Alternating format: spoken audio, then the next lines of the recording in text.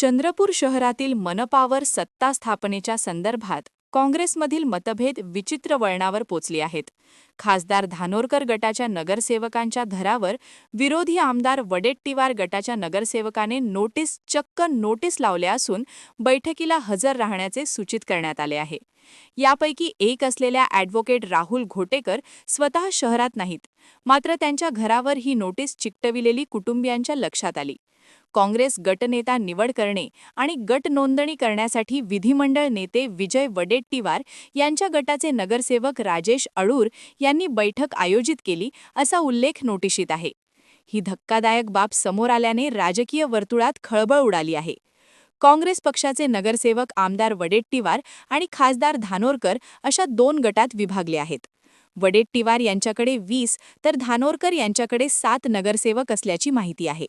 अशातच वडेट्टीवार गटाचे नगरसेवक राजेश अडूर यांनी काँग्रेस पक्षाच्या सर्व 27 नगरसेवकांची बैठक बोलावली.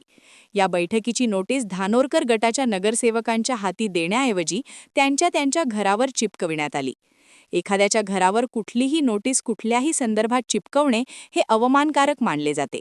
अशा स्थितीत पक्षाच्या अंतर्गत बाबींची नोटीस नगरसेवकांच्या घरावर डकवणे हे कितपत योग्य आहे याबाबतही चर्चांना ऊत आला आहे.